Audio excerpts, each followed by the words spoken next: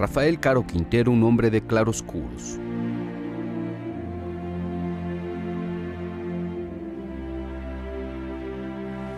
Su historia se inscribe en el contexto de la Guerra de Nicaragua. En 1979 el gobierno de Anastasio Somoza había caído y la administración de Ronald Reagan, quien tomó el poder en enero de 1981, implementó un programa para derrocar a los sandinistas. Para ello el gobierno estadounidense aprovisionó de armas y hombres a la contra nicaragüense, quienes operaban desde la frontera con Honduras.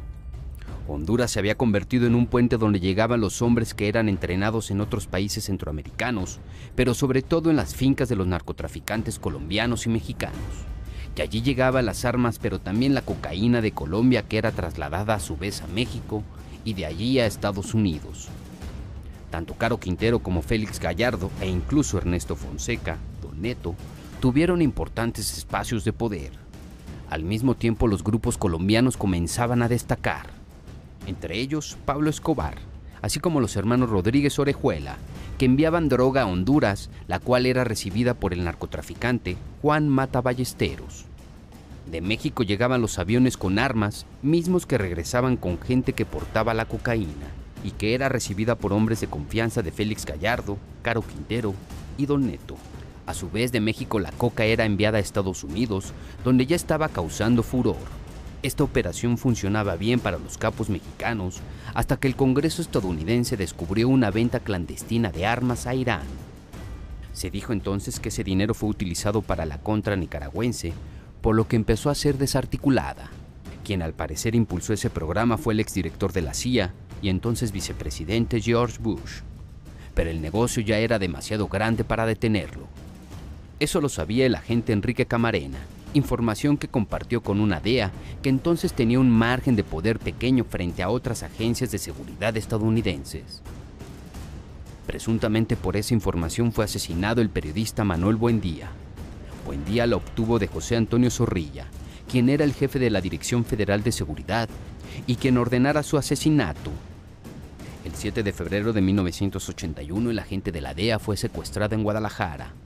Su cadáver fue encontrado con huellas de tortura el 5 de marzo de ese año en un rancho del municipio Vistahermosa, en Michoacán, junto con el del piloto mexicano Alfredo Zavala Velar.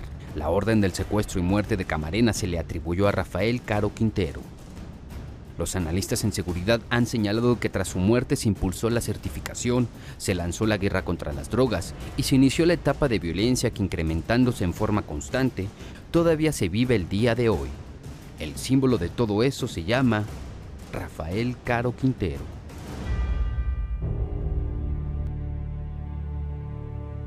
Fue un 3 de octubre de 1952 cuando nació en Badiraguato, Sinaloa, uno de los narcotraficantes más importantes en los 80.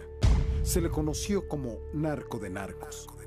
Rafael Caro Quintero comenzó su trayecto profesional sembrando maíz, frijol y trigo en tierras sinaloenses para después hacer lo mismo con sustancias ilegales.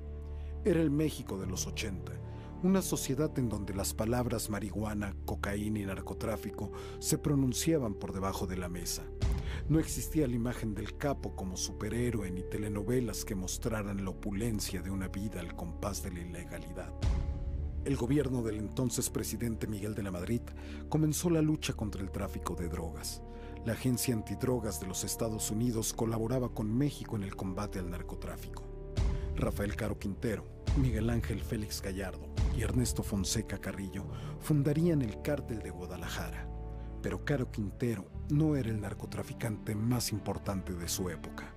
Lo era su jefe, Miguel Ángel Félix Gallardo, apodado en ese entonces el zar de la cocaína y quien llegó a controlar el trasiego de la droga hacia los Estados Unidos 3 décadas atrás. Gallardo y Quintero fueron los primeros en establecer vínculos con narcotraficantes colombianos. Se asociaron con Pablo Escobar, cabecilla del cártel de Medellín, y juntos fraguaron el envío de cientos de toneladas de cocaína rumbo a los Estados Unidos. Mientras Félix Gallardo se dedicaba al golf y a codearse con los sectores tapatíos más pudientes, Quintero era más protagónico y público. Ambos tuvieron enormes espacios de poder e impunidad, pero ante la presión del gobierno estadounidense, el gobierno de Miguel de la Madrid, realizó su primera acción. Se destruyó 1 hectárea de marihuana en el rancho Búfalo. Era el rancho de cultivo más grande descubierto hasta 1984. Más de 1,000 hectáreas, se calcula que producía 11,000 toneladas de marihuana al año y que dejaba una ganancia en Estados Unidos por $8,000 millones.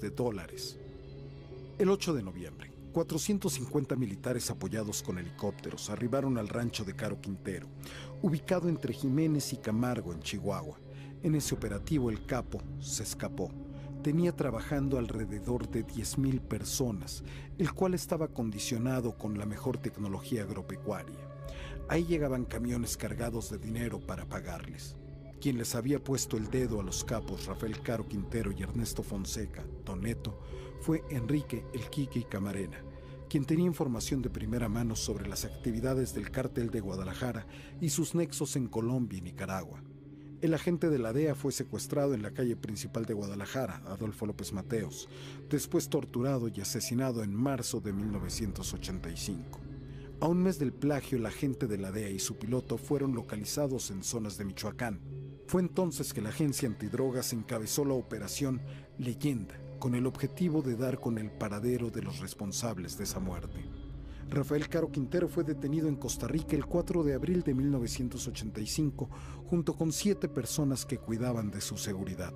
Junto a él también estaba Sara Cristina Cosío Vidaurri, hija de un exsecretario de Educación de Jalisco y sobrina de un exgobernador de la entidad. En un principio, las autoridades pensaron que la mujer había sido secuestrada. En cambio, la sorpresa se dio cuando la joven reveló que era pareja del narcotraficante y que no estaba secuestrada, sino que se había enamorado de él. Rafael Caro Quintero fue trasladado al reclusorio preventivo norte de la Ciudad de México, luego al Centro Federal de Readaptación Social número 1 en el Estado de México, finalmente al penal de Puente Grande. Es el camino delictivo del narco de narcos, el hombre que jueces y autoridades dejaron libre el viernes pasado a las 2 de la madrugada.